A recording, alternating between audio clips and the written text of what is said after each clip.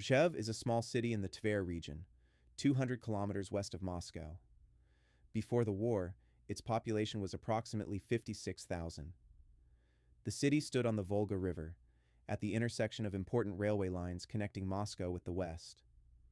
In October 1941, German troops captured Rzhev, and over the next 17 months, from January 1942 to March 1943, this city and the surrounding area became the site of some of the bloodiest battles of the Great Patriotic War, the Battle of Rzhev. This name encompasses a series of offensive operations by the Red Army aimed at eliminating the so-called Rzhev Vyazma salient, a powerful fortified bridgehead that German Army Group Center established after halting its advance on Moscow. This salient penetrated deep into Soviet positions, threatening the capital from the west. Its flanks were fortified by hundreds of kilometers of trenches, pillboxes, minefields, and barbed wire. The German command turned Rzhev into a fortress. The numbers from the Battle of Rzhev are staggering. According to military historian Alexei Isayev, who conducted a detailed study based on the Ministry of Defense archives, the total losses of Soviet troops in the operations at the Rzhev salient from January 1942 to March 1943 amounted to 1,160,187 men. Of these, irrecoverable losses, killed, died of wounds, and missing in action, amounted to 392,554 men. Medical losses, wounded, sick, amounted to 768,233 men. However, some researchers believe these figures are underestimated. Historian Svetlana Gerasimova points to unrecorded losses of individual units, particularly those that were encircled and destroyed. According to unofficial estimates, total losses could have reached 1.52 million, including the wounded. By comparison, in the Battle of Stalingrad, which lasted roughly the same period, July 1942 to February 1943, total Soviet losses amounted to approximately 1.1 million.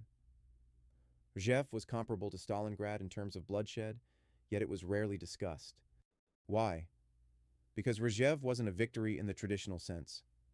Soviet troops advanced again and again, in January 1942, in the summer of 1942, in the fall of 1942, and in the winter of 1943. Each time, the offensive faltered, suffering enormous losses. The German defense held.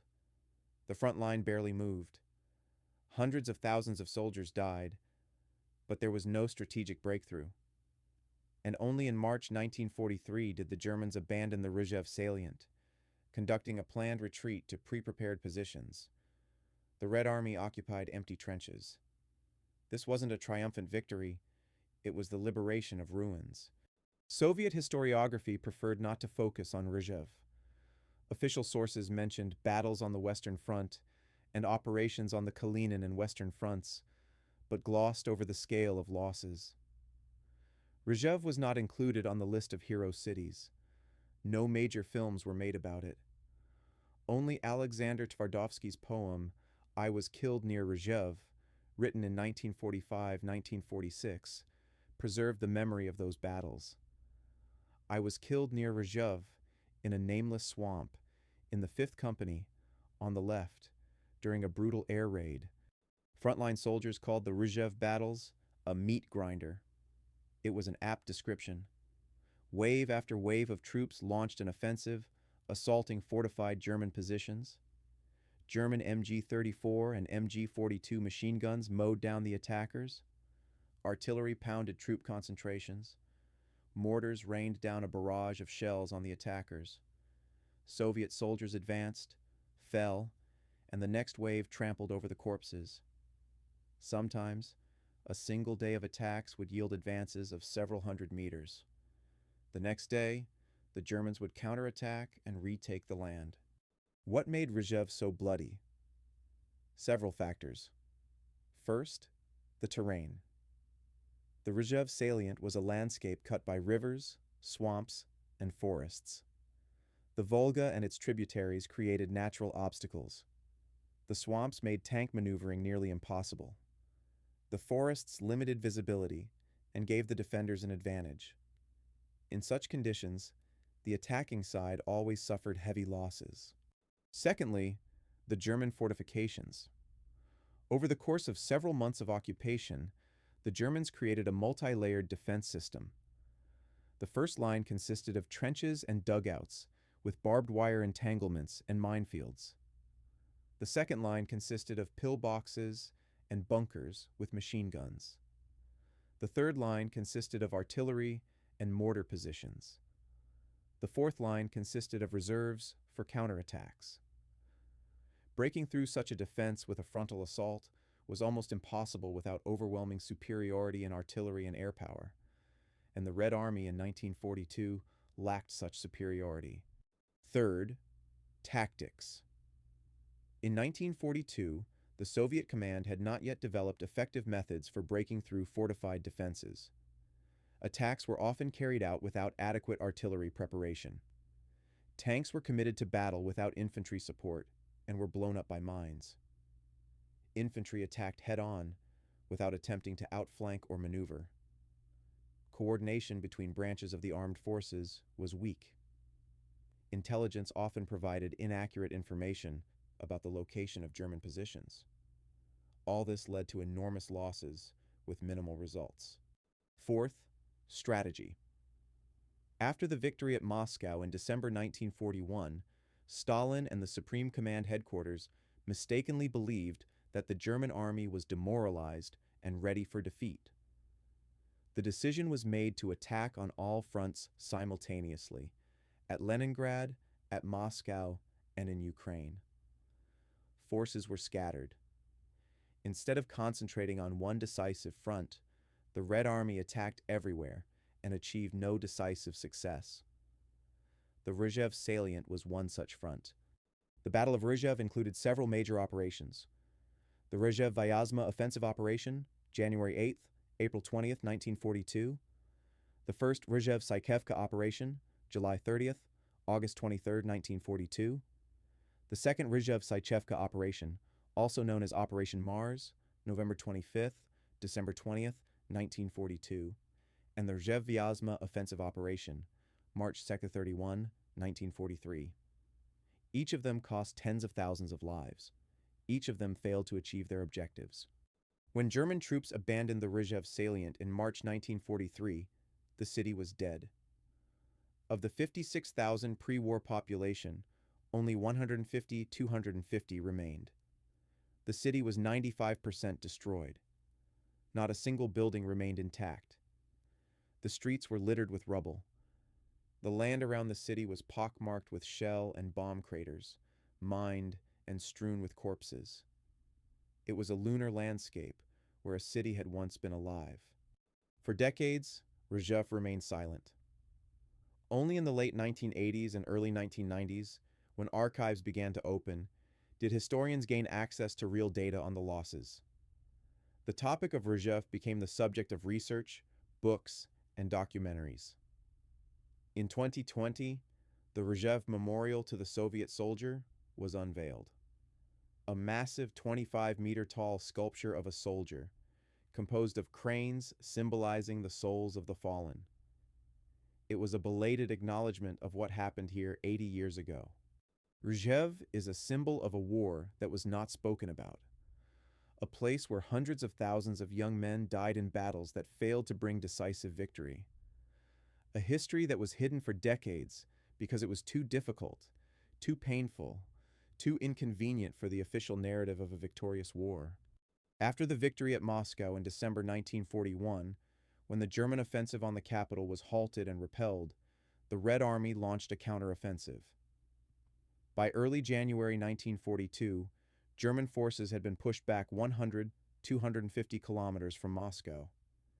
This was the first major victory for the Soviet forces, the first proof that the Wehrmacht was not invincible. But this victory was incomplete. German Army Group Center was not routed. It retreated to prepared positions and consolidated its position along the Rzhev Vyazma line. This created the so-called Rzhev Vyazma salient, a vast bridgehead that penetrated deep into Soviet positions. This salient extended for approximately 200 kilometers and was approximately 160 kilometers deep. Its northern flank rested on the Rzhev area, and its southern flank rested on the Vyazma area. The strategic significance of the Rzhev salient was enormous. Firstly, it threatened Moscow. The distance from Rzhev to the capital was only 200 kilometers. If the Germans had renewed their offensive from this bridgehead, they could have reached Moscow in a matter of days. Therefore, the Soviet command could not ignore this threat. The Rzhev salient was like a dagger pointed at the heart of the USSR. Secondly, the salient tied down significant Red Army forces. Containing it required maintaining large troop concentrations in this direction: 2 fronts, Kalinin and Western, dozens of divisions, and hundreds of thousands of soldiers. These forces could not be used in other directions. If the Rzhev salient were eliminated, the freed troops could be redeployed to the south, where the Germans were preparing for the summer offensive of 1942. Thirdly, the salient was a crucial communications hub. Railroads connecting the center of Germany with Army Group Center passed through Rzhev and Vyazma. These roads carried supplies, ammunition, fuel, food, and reinforcements. Severing these lines of communication would have seriously weakened the German force. On January 5, 1942, the Supreme Command Headquarters approved the Red Army's plan for a general offensive. The plan was ambitious: to attack simultaneously on all fronts: Leningrad, Moscow, Ukraine, and the Crimean Peninsula. The goal was to defeat the German forces before they could recover from their winter defeats. Joseph Stalin was convinced that the German army was demoralized, on the brink of collapse, and that one powerful blow could end the war. But this confidence was misplaced. The German army was weakened, but not defeated. It had reserves, ammunition, and experience. German commanders knew how to organize a defense. But the Red Army, despite its victory at Moscow, still had serious problems: a shortage of experienced officers, poor coordination between branches of the armed forces, a shortage of artillery and tanks, and primitive tactics. Attacking on all fronts simultaneously would have meant dispersing its forces and creating no decisive advantage anywhere. Georgy Zhukov, commander of the Western Front, and Ivan Konev, commander of the Kalinin Front, were tasked with eliminating the Rzhev-Vyazma salient. The plan was as follows. The Kalinin Front was to strike from the north, from the Rzhev area to the south. The Western Front was to strike from the east, from the Gzhatsk area to the west. The two attacks were to converge near Vyazma, encircling a significant portion of Army Group Center. This was an attempt to replicate the success of the encirclement near Moscow. On January 8, 1942, the Rzhev-Vyazma offensive operation began. Soviet troops had a 2-to-1 superiority in manpower, but this superiority was insufficient to break through the fortified defenses. Between December and January, the Germans created a multi-layered system of trenches, pillboxes, and minefields. Every village was converted into a stronghold. Every forest became a fire zone. The offensive began in severe frosts. Temperatures dropped to 30 degrees Celsius. The snow was deep, making movement difficult. Soviet artillery was unable to provide sufficient firepower. They lacked shells and guns. The infantry attacked without adequate support and encountered intense fire from German machine guns and artillery. Losses were enormous from the very first days. Nevertheless, Soviet troops managed to achieve some successes. On January 22nd, General Mikhail Efremov's 33rd Army broke through the German front and reached the Vyazma region, deep behind enemy lines. This was a tactical success, but strategically, it turned out to be a trap. The 33rd Army found itself isolated, surrounded by German forces. Supplies were supplied only by air, but this was insufficient. The army began to suffer heavy losses from hunger, cold, and fighting. In the northern sector, troops of the Kalinin Front attempted to break through to Rzhev, but the city had been turned into a fortress. The German Ninth Army, commanded by Colonel General Walter Model, held the defense fiercely and professionally. Model was one of the best German defensive commanders.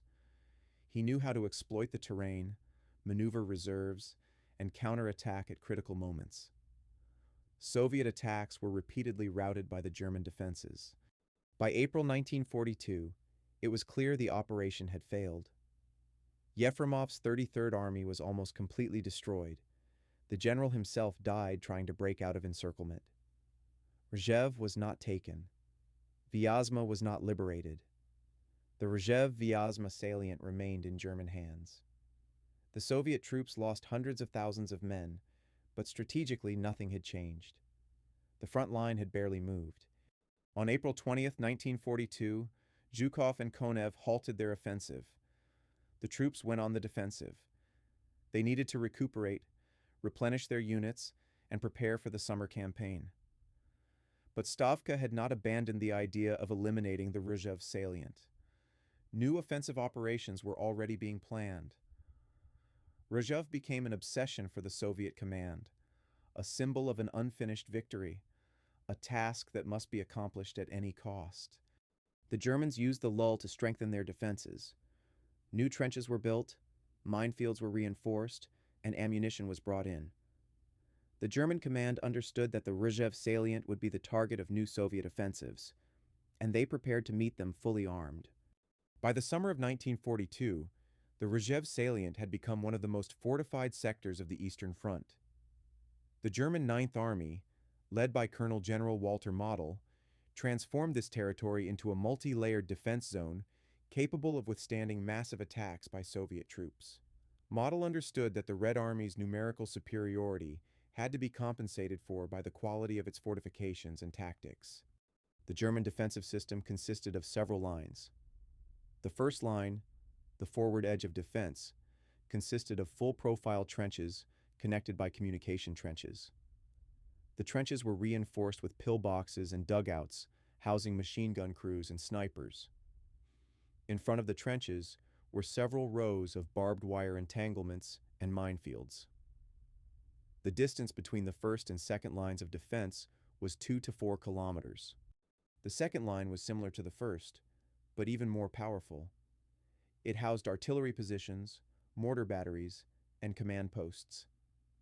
The third line, the reserve line, was located deep within the defense, 12 kilometers from the front line. Reserves, infantry and tank units, were stationed here, ready for counterattacks. Cut-off positions were created between the defensive lines to stop any enemy penetration. Every village, every forest, every height was converted into strongholds. Houses were fortified with sandbags, basements turned into firing positions, churches into observation posts.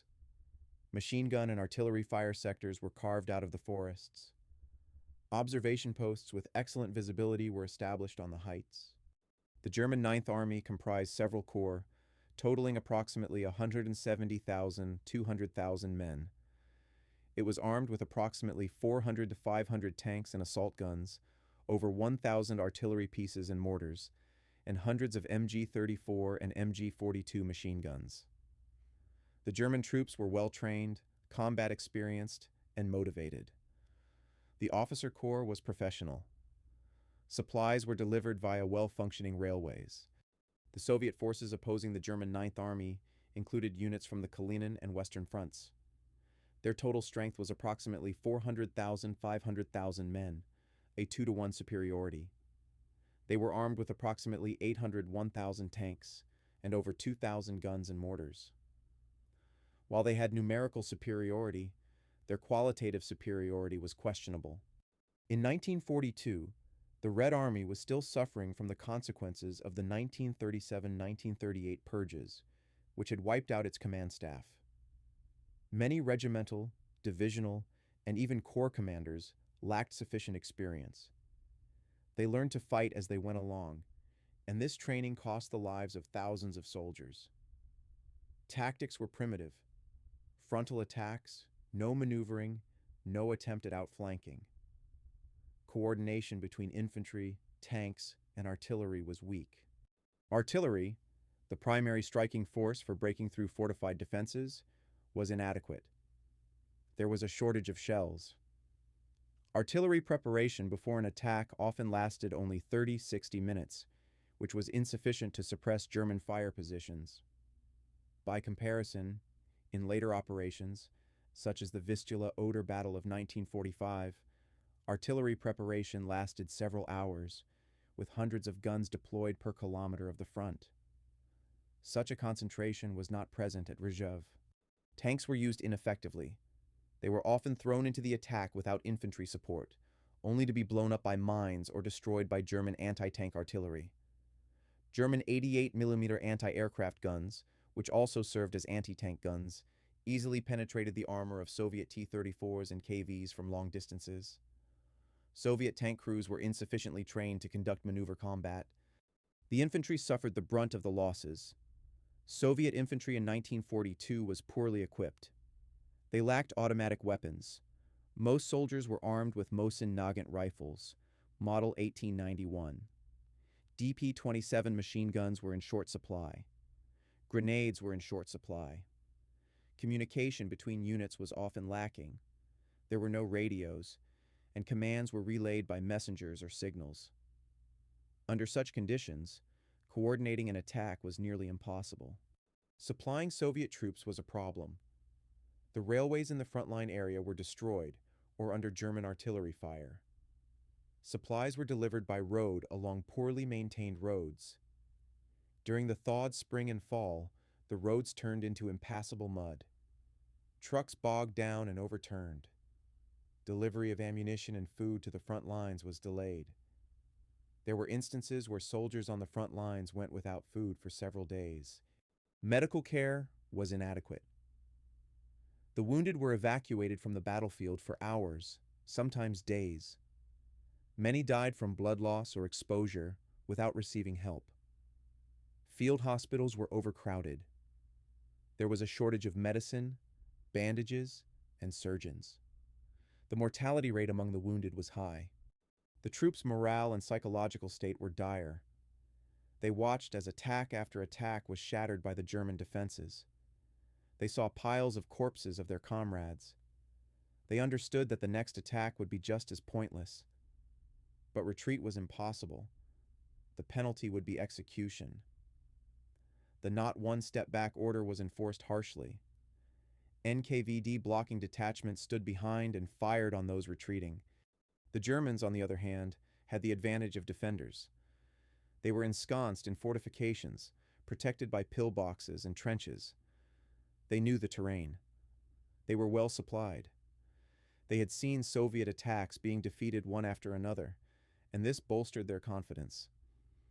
The German soldiers respected their opponents for their tenacity, but they knew their tactics were primitive and predictable. After the failed Rzhev-Vyazma operation in the winter and spring of 1942, Stavka did not abandon its intention to eliminate the Rzhev salient. The spring and summer of 1942 were used to build up forces, replenish troops, and prepare for a new offensive operation. By July 1942, the Kalinin and Western fronts had received reinforcements, new tanks, and artillery. But the overall situation at the fronts remained dire. In the south, the Germans launched a summer offensive on Stalingrad and the Caucasus. The Red Army suffered heavy losses as it retreated toward the Volga. Stavka understood that it was necessary to divert German forces from the south and prevent the Wehrmacht from transferring additional reserves for the attack on Stalingrad. The offensive on Rzhev was intended to accomplish precisely this goal: to tie down Army Group Center and force the German command to maintain significant forces there. On July 30th, 1942, the first Rzhev-Sychevka offensive operation began. Troops from the Kalinin and Western fronts attacked in the area between Rzhev and Sychevka. The objective remained the same: to break through the German defenses, encircle and destroy Model's 9th Army. The operation involved the 30th and 29th Armies of the Kalinin Front and the 31st Army of the Western Front, a total of approximately 345,000 men, approximately 700 tanks, and over 1,000 guns. By this point, the German 9th Army had been reinforced. It numbered approximately 200,000 men, approximately 500 tanks and assault guns, and over 2,500 artillery pieces and mortars. The defense was tight. Model anticipated a Soviet offensive and prepared for it. Reserves were brought up to the most threatened areas. Artillery was concentrated so as to quickly shift fire to any desired location. The first days of the offensive yielded some successes. General Dmitry Lelyushenko's 30th Army broke through the German defenses and advanced 25-30 kilometers. Soviet troops liberated several settlements and captured prisoners. But this was a tactical success that did not translate into operational success.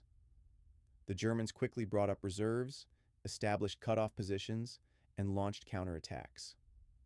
The pace of the offensive slowed, then stopped. General Vasily Yushkevich's 31st Army attacked near Zubtsov. Here, too, the offensive became bogged down. German machine guns and artillery halted the Soviet infantry. Tanks, thrown into the breach, came under fire from anti-tank artillery. Several Soviet tank brigades were almost completely destroyed. The casualty ratio was catastrophic. For every German killed, 5 to 6 Soviet soldiers were killed. General Ivan Maslenikov's 29th Army operated north of Rzhev. The terrain here was even more difficult: swamps, forests, and rivers. Tanks were unable to advance. The infantry marched under fire through the swamps, suffering enormous losses. Over several days of offensive action, the 29th Army advanced only 3 to 5 kilometers, losing tens of thousands of men. By mid-August, the offensive had run out of steam. The troops were exhausted. Losses exceeded all expectations. According to official figures, the total Soviet losses in the First Rzhev-Sychevka offensive amounted to 193,683 men, of which 56,253 were irrecoverable.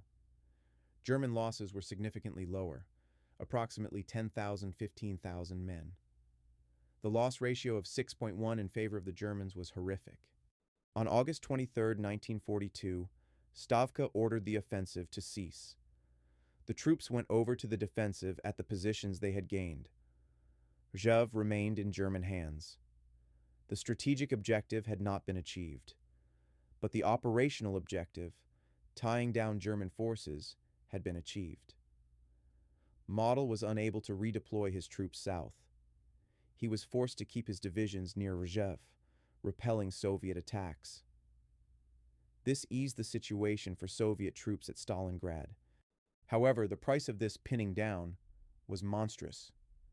Tens of thousands of young men were killed or wounded, attacking fortified positions without sufficient artillery support, without air cover, and without a realistic chance of success.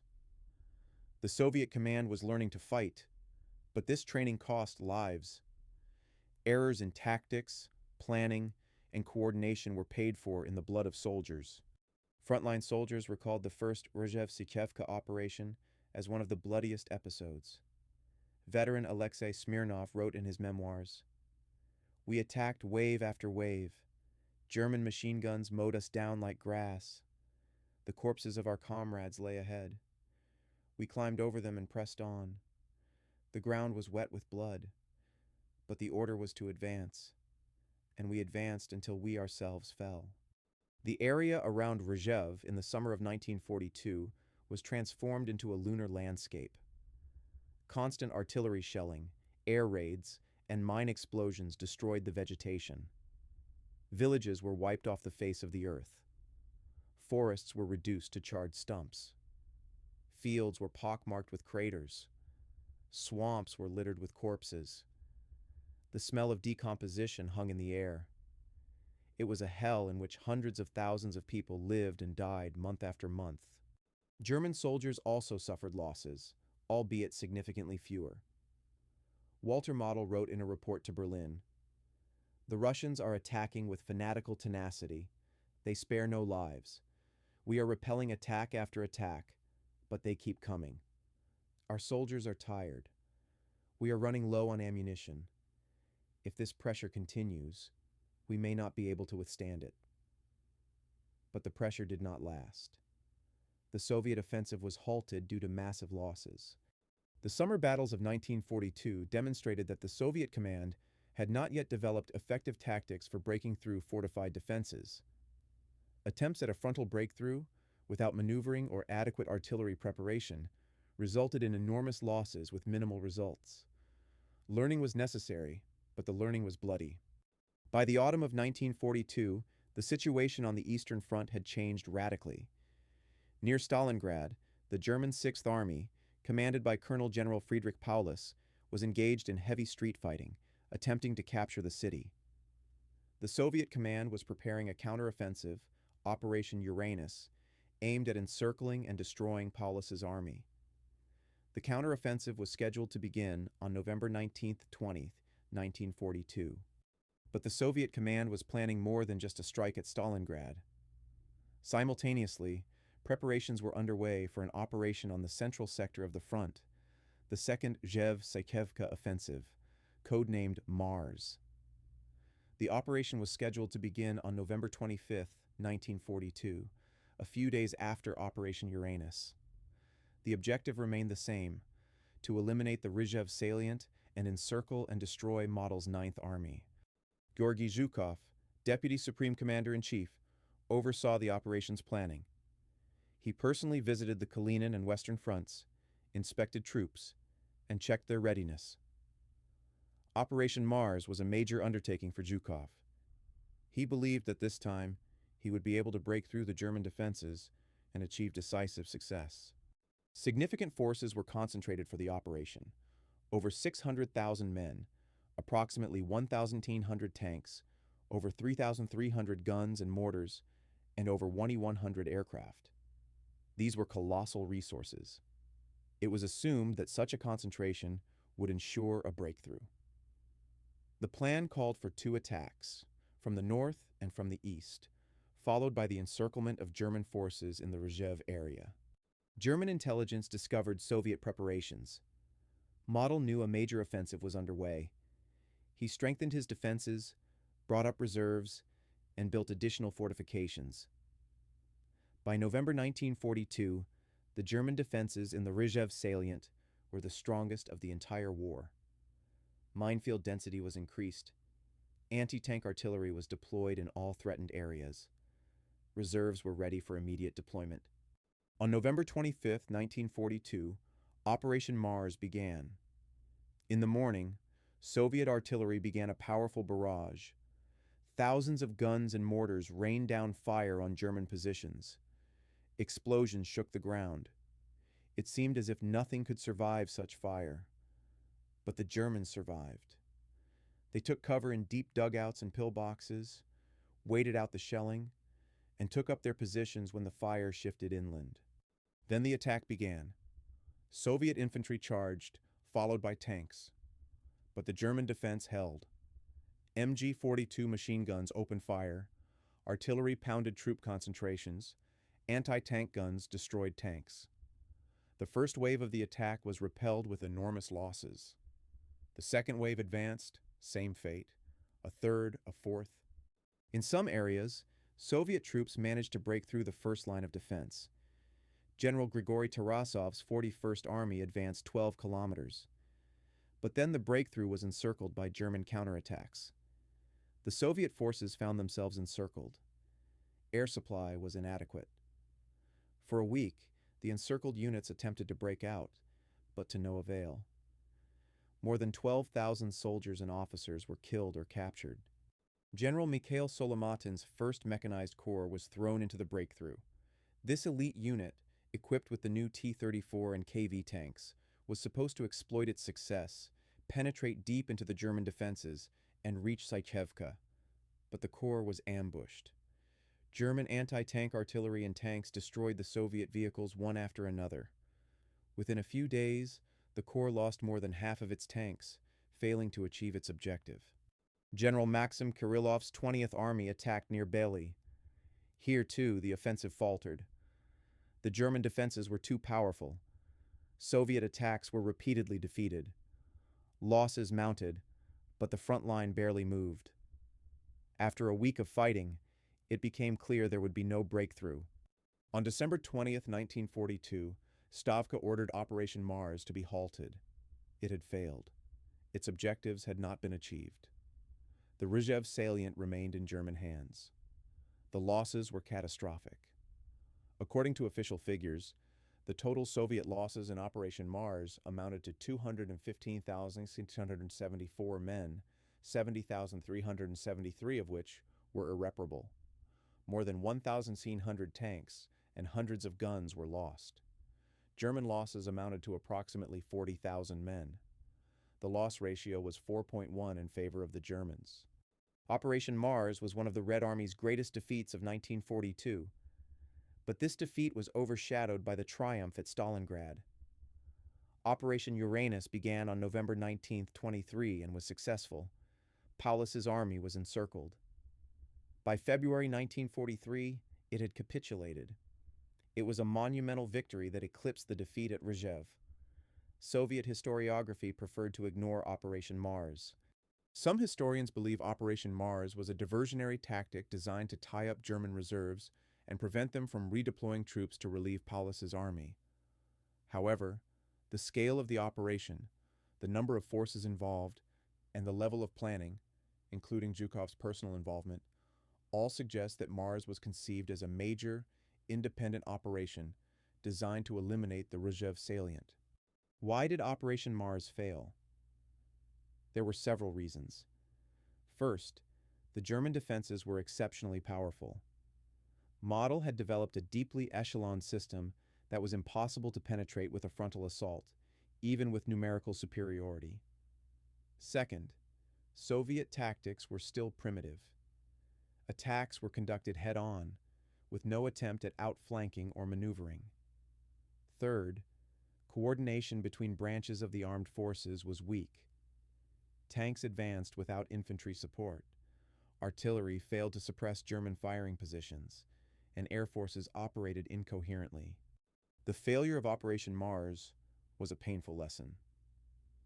The Soviet command began to understand that breaking through fortified defenses was only possible with overwhelming artillery superiority, meticulous planning, and excellent coordination across all branches of the armed forces.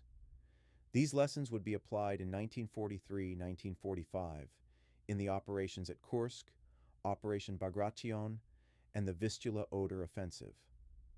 But in 1942, these lessons had not yet been learned. In February 1943, the strategic situation on the Eastern Front changed radically. Paulus's encircled 6th Army capitulated near Stalingrad on February 2nd. In the North Caucasus, German Army Group A was retreating hastily to avoid encirclement. In the central sector of the front, Soviet forces were advancing toward Kursk and Kharkov.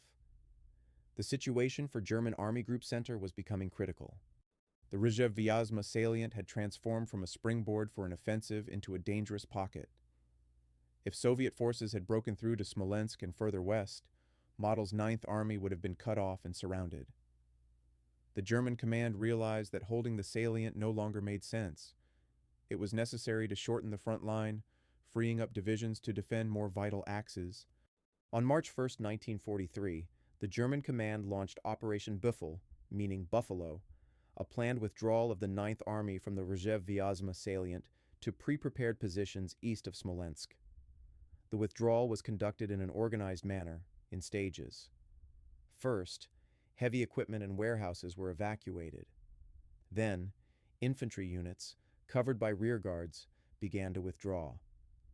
Everything that could not be removed was destroyed. The Germans employed a scorched earth policy. Rzhev was blown up and burned. Bridges across the Volga were destroyed. Railroad tracks were dismantled. Villages were burned. Wells were poisoned. Minefields were left on all roads. Hitler personally ordered the bridge over the Volga in Rzhev to be blown up and demanded to hear the sound of the explosion over the telephone. When the explosion occurred, the Führer was satisfied. On March 2, 1943, Soviet troops from the Kalinin and Western fronts began pursuing the retreating enemy. This pursuit became known as the Rzhev-Vyazma Offensive Operation of 1943. But it was not an offensive operation in the classic sense. The Germans did not fight to the last. They retreated systematically, leaving rear guards to delay the Soviet forces. On March 3, 1943, troops of General Vasily Kolpakchi's 30th Army entered Rzhev. The city was dead. Of the 56,000 pre-war population, only 150-250 remained, those who hid in basements or miraculously survived. The city was 95% destroyed. Not a single building remained intact. The streets were littered with rubble. The smell of death and smoke hung in the air. The ground around the city was littered with shell craters, mined, and covered with corpses. On March 12th, Vyazma was liberated. On March 31st, the operation was completed. Soviet troops advanced 160 kilometers west, liberating the cities of Rzhev, Gzhatsk, Sychevka, Bely, and Vyazma. The front line moved even further from Moscow. The threat to the capital was finally eliminated. But this was not a victory in the traditional sense. It was the occupation of ruins that the Germans had voluntarily abandoned. Soviet losses in the March 1943 operation amounted to 38,862 killed and 99,715 wounded, a total of 138,577 men. German losses were significantly lower, approximately 25,000 men. Even in retreat, the Germans inflicted heavy losses on the Soviet troops. Minefields, rearguard actions, and destroyed roads slowed their pursuit. When Soviet soldiers entered liberated villages and towns, they saw scenes of absolute devastation. Entire neighborhoods were wiped off the face of the earth. The population was either driven to Germany or perished. Those who remained were exhausted, sick, and traumatized. The Rzhev salient became a death zone, where continuous fighting raged for 17 months. The overall losses of Soviet troops in the Battle of Rzhev from January 1942 to March 1943 were colossal. According to military historian Alexei Isayev, based on Ministry of Defense archives, total losses amounted to 1,160,787 men. Of these, irrecoverable losses, killed, died of wounds, and missing in action, amounted to 392,554. Medical losses, wounded, sick, amounted to 768,233. These were only the official figures. Some researchers believe they were underestimated. Historian Svetlana Gerasimova points out that many units, especially those that were encircled and destroyed, were not included in the official statistics. According to her estimates, the actual losses could have reached 1.52 million people, including the wounded. By comparison, in the Battle of Stalingrad, which lasted roughly the same period, July 1942 to February 1943, Soviet losses totaled approximately 1.1 million.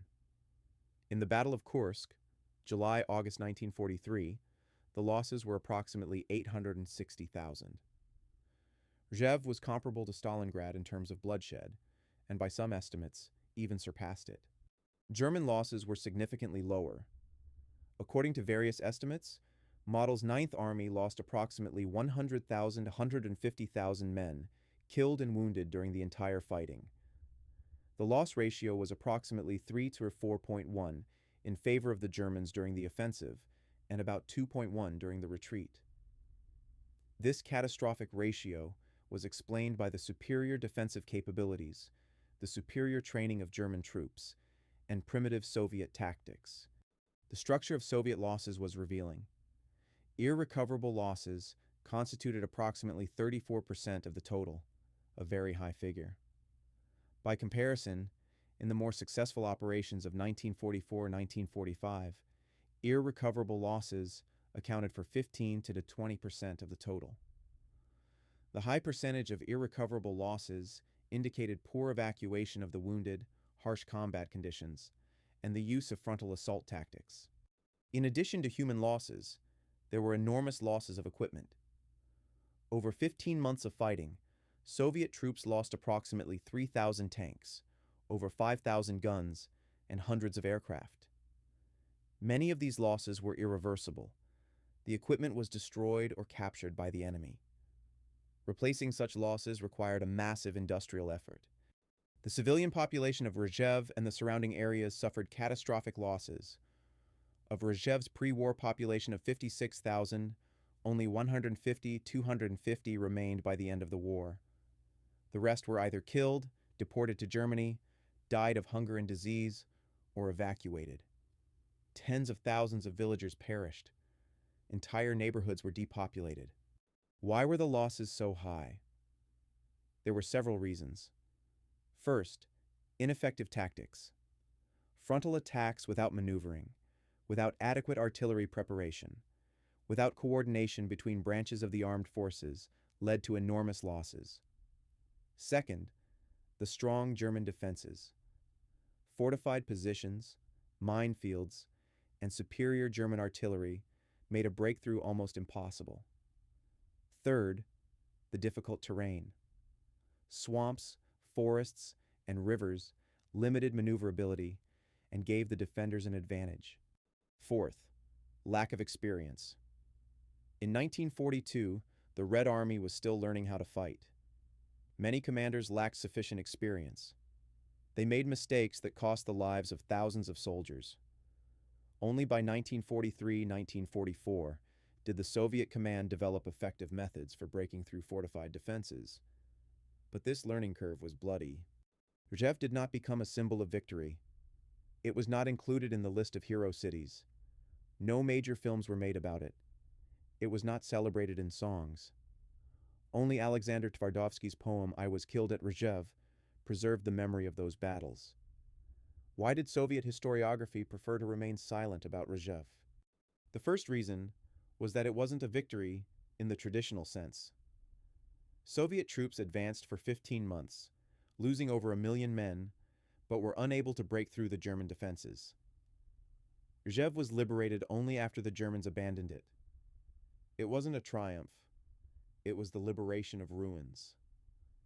Such stories didn't fit into the official narrative of a victorious war. The second reason was the enormous losses. A loss ratio of 3 to 4.1 in favor of the Germans was unacceptable for propaganda. This raised uncomfortable questions about tactics, the competence of command, and the cost of victory. Soviet historiography preferred to emphasize successes, Stalingrad, Kursk, Operation Bagration, where losses were more acceptable and the results more impressive. The third reason is Zhukov's role. Georgy Zhukov, Marshal of Victory, directly oversaw Operation Mars, which failed with catastrophic losses. This was one of his few major failures. In Soviet times, Zhukov was an icon, a symbol of invincibility. Admitting his error would undermine this myth. The fourth reason is the comparison with Stalingrad. Operation Mars was conducted in parallel with Operation Uranus at Stalingrad. Uranus was crowned with triumph, the encirclement and capitulation of Paulus's army. Mars failed. The contrast was too stark. Soviet propaganda focused on Stalingrad, ignoring Rzhev. The fifth reason is the politics of memory. In Soviet times, the history of the war was an ideological tool. Heroism, resilience, and victories were emphasized. Failures, mistakes, and unjustified losses were hushed up. Rzhev didn't fit into this narrative. Therefore, it was preferred not to talk about it. Textbooks mentioned battles on the Western Front, but without details or casualty figures. Only in the late 1980s and early 1990s, when archives began to open and censorship eased, did historians gain access to the real data. Research by Alexei Isayev, Svetlana Gerasimova, and other scholars revealed the scale of the tragedy. Veterans' memoirs were published, revealing the truth about the Rzhev massacre. The frontline soldiers who fought near Rzhev always knew the truth. They remembered the endless attacks, the piles of corpses, the senselessness of many battles. But their voices were drowned out by official historiography. Veteran Ivan Petrov recalled, "After the war, they asked us where I fought. I said, Rzhev, and I saw incomprehension in their eyes. People knew Stalingrad, Kursk, Berlin, but Rzhev, no one had heard of it. As if we weren't there, as if we didn't fight, as if our comrades didn't die." In 2020, the Rzhev Memorial to the Soviet Soldier was unveiled, a massive 25-meter sculpture of cranes. It was a belated recognition of what happened here 80 years ago. Inscribed on the memorial are Tvardovsky's lines, "I was killed near Rzhev." This acknowledgement that hundreds of thousands of soldiers died here, and their memory deserves respect. The Battle of Rzhev was a bloody school for the Red Army. Mistakes made in 1942 cost the lives of hundreds of thousands of soldiers. But these mistakes were analyzed, and lessons were learned. By 1943-1944, the Soviet command had developed more effective methods of warfare. The first lesson was the need for a massive artillery barrage. In Rzhev, the artillery barrage was often insufficient, 30-60 minutes, after which the infantry would attack the defenses that had not been suppressed. In subsequent operations, the artillery barrage lasted several hours. During the Vistula-Oder offensive of 1945, the artillery barrage lasted 5 to 7 hours, with hundreds of guns deployed per kilometer of the front. The German defenses were completely suppressed. The second lesson was coordination between branches of the armed forces. In Rzhev, tanks often attacked without infantry support, artillery was uncoordinated with the advance, and aircraft attacked friendly forces. In subsequent operations, a clear coordination scheme was developed. Tanks followed the artillery barrage, infantry provided cover from anti-tank artillery, and aircraft suppressed enemy reserves. The third lesson was maneuverability over frontal attacks. In Rzhev, Soviet troops attacked head-on at the most fortified areas. In subsequent operations, the main blow was delivered at weak points in the defense, with subsequent exploitation laterally and in depth. Operation Bagration in 1944 was a model of maneuver warfare, breakthroughs at the junctions, encirclement, and destruction. The fourth lesson is the importance of reconnaissance. In Rzhev, reconnaissance often provided inaccurate information about the disposition of German forces. Attacks were carried out blindly, encountering unexpected fortifications. In subsequent operations, reconnaissance was strengthened.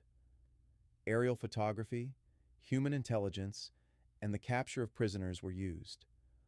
Operational planning was based on precise information.